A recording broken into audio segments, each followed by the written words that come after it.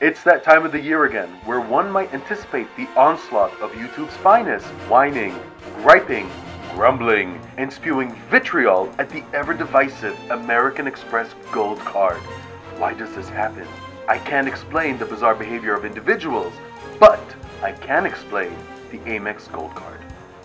Let's introduce the concept of target audience. Folks, you can hate on the Amex Gold Card all you want, but Amex has a business model where they target a very specific customer. If you're the target audience of a particular Amex card, you'll know because the card will fit seamlessly into your lifestyle. And if it doesn't, it just means that you're not the target audience. It's really that simple.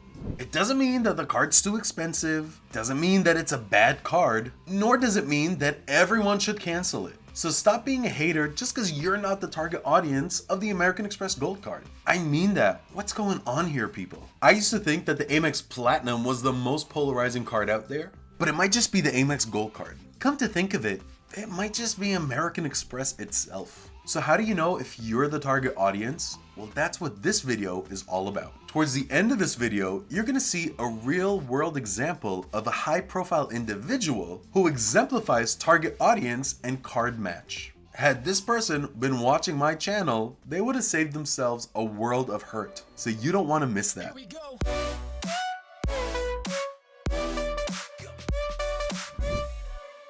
For those new to the channel, I'm Richard Devs from R2 Travel Rewards, and I'm an avid traveler and recent flu survivor. If you're watching this, you likely want to see how I've determined that the American Express Gold Card is just perfect for me. If you end up liking this video, be sure to like, share, and subscribe to the channel. If you feel like dropping me a private note, hop on over to my website, boomacompany.com, and hit me up in the chat section. Welcome back. Okay folks, before you all get up in arms, I'm just having a little bit of fun here. The creators that I clipped all have great channels and they put out great content, but I'm allowed to have fun regardless. And I'm aware that I'm a super easy target. I'm a big guy, I'm loud, and I speak with my hands. So you better believe that I know how to take a joke and I don't take myself seriously at all. But I do hope that the haters of the Gold Card will think twice this time around before posting crazy stuff, because it really sends mixed messages to our viewers. So are we on the same page yet? I think we've agreed not to hate on the Amex Gold Card if you're not the target audience. I'm certainly not the target audience of the Amex Black Card. Hence, there isn't an invite in my mailbox. But you don't see me hating on it. So let's walk through together how to determine if we're the target audience of the Amex Gold Card. And to do so, we'll get into a realistic determination of a true effective annual fee and a realistic breakdown of the benefits of this card. So let's first define the effective annual fee. It's the card's annual fee minus the credits used. And hopefully this number is very close to zero, and ideally a negative number, which means the card puts back money in your pocket. The current annual fee of the Amex Gold Card is $325. This is considered a high annual fee by most standards, especially when compared to the $0 annual fee Saver Rewards card from Capital One, which I'm rocking the old design. However, it's important that we establish a realistic effective annual fee. And I mean realistic, not pie in the sky reasoning, just so you can hold the card. If you don't want to be among the group who get the card only to realize that it was never a great choice for them, then I highly recommend that you fully rationalize the annual fee before applying. Don't get me wrong, if there's a fantastic welcome offer or sign up bonus, by all means get the card right away and then evaluate in year 2 if it works for you. If your life circumstances change, then by all means cancel or downgrade the card. If the benefits and features of the card have pivoted away from you, meaning that you're no longer the target audience, then again, get rid of the card. But I take issue with folks who get the card just to flex, and then they realize that they're just burning cash, and they then turn around and say that the card is terrible. Make that make sense. Here's my realistic take on the American Express Gold Card credits. There's a $100 Resi credit earned as $50 semi-annually. What can I say, folks? If this isn't a slam dunk credit, then I don't know what is. Resi has turned into my favorite way of discovering new and interesting restaurants in Boston and New York City. So this is the point where I normally would say that if you wish to acquire the card, to use my referral link in the description. But if you wish to apply for this card, don't bother using my referral link. I think that the Resi site offers the best welcome offers for the American Express Gold Card. However, you have no business owning this card if you're unable to redeem this credit. If you're offended, then I'm kidding. Else, I mean it. That's not a dig in any way, because we all should be getting cards that work for us. Like, I don't own the Chase Sapphire Preferred. Well, that's a bad example because Built made the Sapphire Preferred irrelevant. A better example would be owning a Bank of America cashback card. I'm not just into pure cashback. I prefer to earn transferable points or earn miles directly with one of my preferred airlines. Next is an $84 Dunkin's credit earned as $7 a month. There's a proliferation of Dunkins in the Northeast, namely New York and Massachusetts, but you can find Dunkins in all but 6 states. Guys, I just found out that America runs on Dunkins. Initially, I assumed that given my habit of long-term travel abroad, that I'd only get to use this about 6 or 7 times, but a subscriber enlightened me that the Dunkins app allows me to reload exactly $7. I had assumed that $25 would have been the minimum, but I was able to validate my subscriber's guidance that I can indeed load that little on the app. So even when I'm out of the country, I will load as little as $7 on my Dunkin's app so that the full $84 is realized. With that said, I recommend that for those of you who don't live in a Dunkin's location, still load your credit onto your account for that occasion where your travels take you to a Dunkin' city. It surely can't hurt if you already own the card. Next is a $120 dining credit earned as $10 a month. When I look at my 2024 usage, I use this at Five Guys and the Cheesecake Factory a total of 5 times. As much as I like Five Guys, in 2025, I'll intentionally be limiting eating there to only a couple times a year. And Cheesecake Factory will only get a couple visits as well. So I value this credit at only $40 for 2025.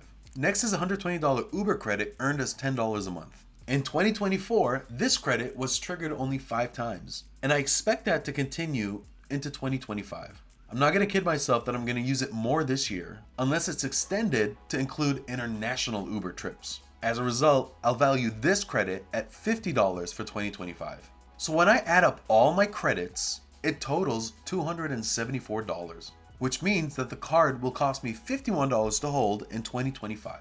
Given my propensity for eating, this card is a no-brainer for me.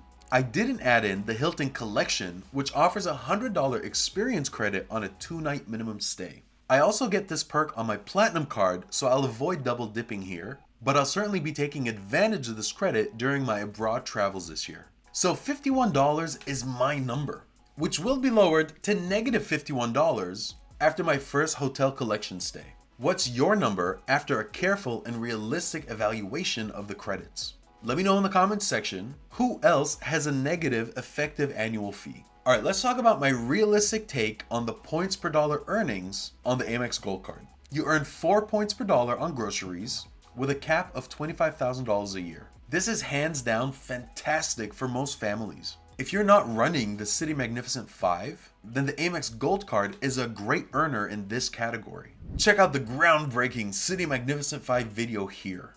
Then you earn 4 points per dollar on dining with a $50,000 cap. The fact that the dining cap is double that of the grocery category speaks volumes regarding the audience that American Express is targeting. Amex wants city folks spending on this card. If you're not an eater-outer, I'm not sure why you're watching this video. Next, you earn 3 points per dollar on flights booked with airlines or on American Express travel. I haven't owned the American Express Personal Platinum card since late 2023 when I transitioned to the Amex Business Platinum. In a pinch, if I really need to earn MR points when booking a paid flight directly with an airline, then I'll use the Gold Card. As stated in my last video, my paid flights so far in 2025 have landed on my 5X Qatar Privilege Club card. All the places that I love to visit, Qatar Airways gets me there in comfort and in style. Next, you earn 2 points per dollar on prepaid hotels and other travel booked through American Express Travel. I can't envision a scenario where this would work for me. I have way too many cards with better earning opportunities.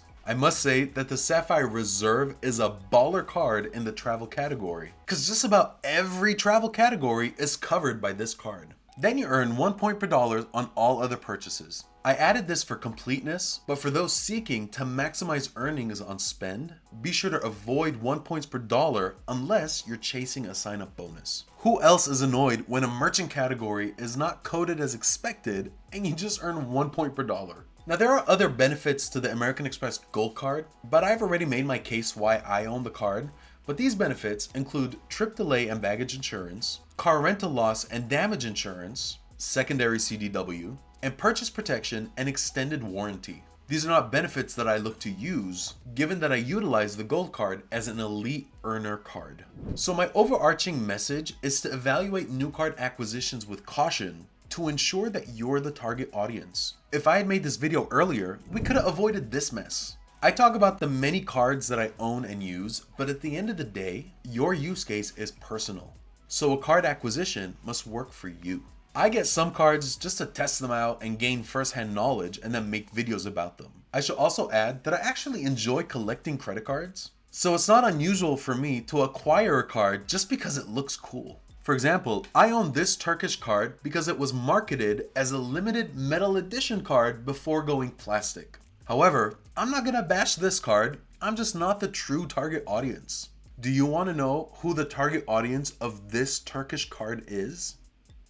This guy, Mayor Adams of New York City. He's accused of taking lots of Turkish Airlines business class upgrades and perks from the Turkish government. Had he owned this card, that probably wouldn't have been an issue for him, because he would have earned enough points to get these upgrades and perks himself. So Mayor Adams, if you're watching, it's not too late to use my referral link in the description and do subscribe.